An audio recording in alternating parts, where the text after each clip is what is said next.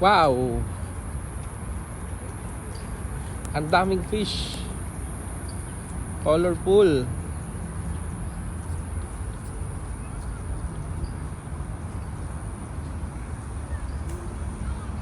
Yung mga magla-likes at mag-share nito, sigurado suswertihin ka. Hindi ka na mawawalan ng pera.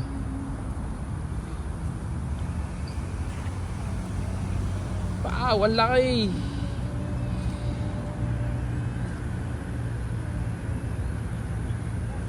Kapag sinare mo tong video na to,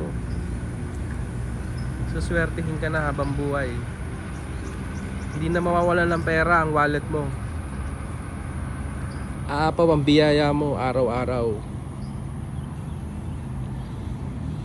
Grabe ang lalaki.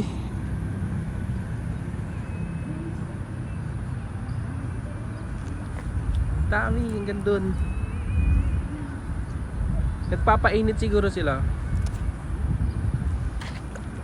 Gusto nilang maharawan siguro, kaya nandito sila. Tilapia yun, di ba?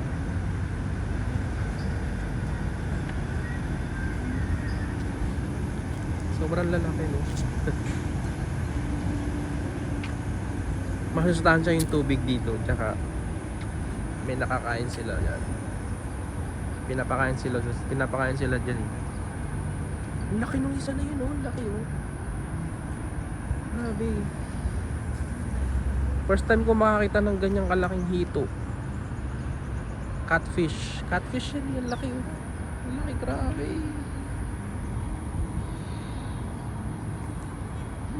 Grabe, ang laki ng catfish na yan.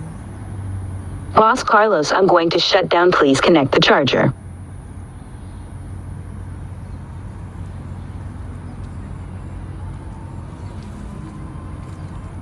Iba. May humahabol, tumatakbo dito. Ayun, ganda siya.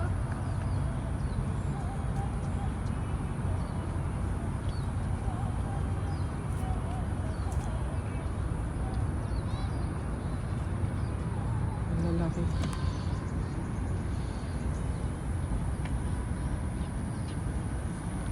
Ang sarap ng pagmasdan, nakaka-relax. Naghihintay sila ng pagkain, kaya sila nandyan. Kasi nasanay na sila na, kasi nakita ko kanina may nagbibigay ng foods, tinapay, tsaka kanin. So ibig sabihin, nasanay na sila tuwing makakakita sila ng tao, pumupunta sila dito sa tabi para mag-abang ng pagkain. Ang dami pa dun, oh. Lahat halos ng gilid. Grabe, no?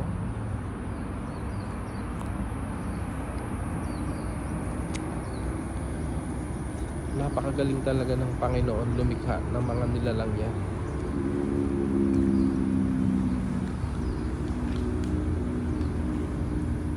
At kaya hindi gumagalaw yung isa na yun. Buntot lang yung nakalabas sa kanya. Ano kaya nangyari sa kanya? Oops.